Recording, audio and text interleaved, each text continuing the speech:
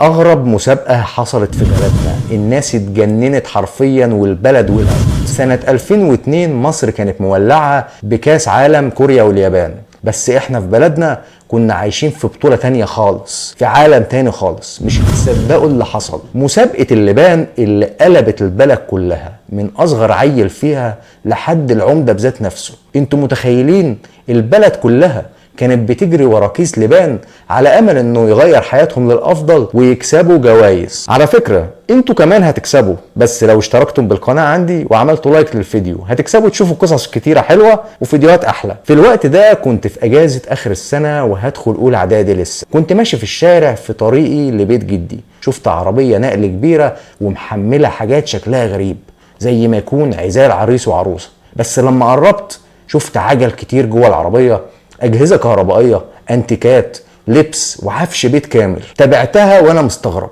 كان عندي فضول شديد اعرف العربية دي وراها ايه وراها فين، لحد ما وقفت فجأة وسألوني خد يا شاطر مين اشهر تاجر في البلد هنا؟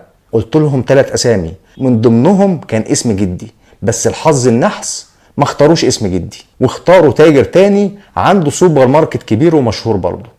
وفي لحظة كانوا نزلوا عنده الحمولة العربية كلها وعملوا معاه صفقة غريبة، صفقة العمر. قالوا له هنعرض الجوائز دي عندك في شكل مسابقة، وكيس اللبان هو البطل، هو اللي هيحكم بيننا وبين الناس. ايوه زي ما سمعت، كيس لبان جواه كوبونات، اللي يلاقي كوبون في صورة جايزة يكسبها. الموضوع سهل وبسيط خالص. فرد التاجر الكبير صاحب السوبر ماركت طب وهنعرف الناس دي كلها ازاي؟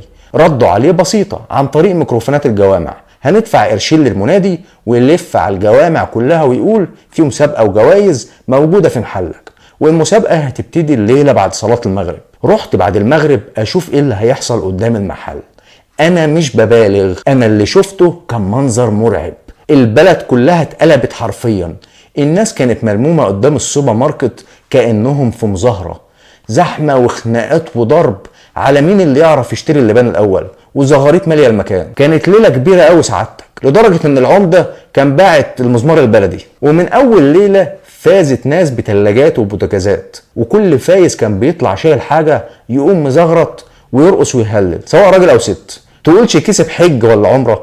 الناس كانت متجمعه زي النمل، عيال صغيره، رجاله، ستات، كبار سن، كله. حتى الحمير كانت واقفه مستنيه دورها تحمل الجوائز. والعمده بذات نفسه كان مأمن المكان. الغفر مأمنين المنطقه عشان لو حصل اي شغب او خناقه. اكيد انتوا بقى عايزين تعرفوا انا كسبت ايه في المسابقه دي.